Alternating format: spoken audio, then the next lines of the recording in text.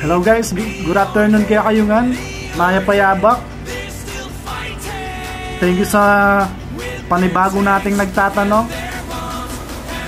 At bibigyan ko siya ng napakasimpleng kasagutan.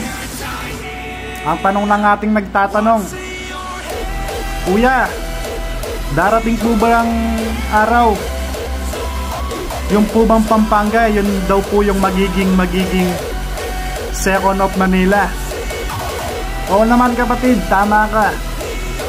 Yung siya ang magiging pangalawang Manila, itong lugar ng Pampanga, darating ng araw. Yun lang ang aking masasabi. Maraming salamat sa iyo kapatid. And then God bless at home.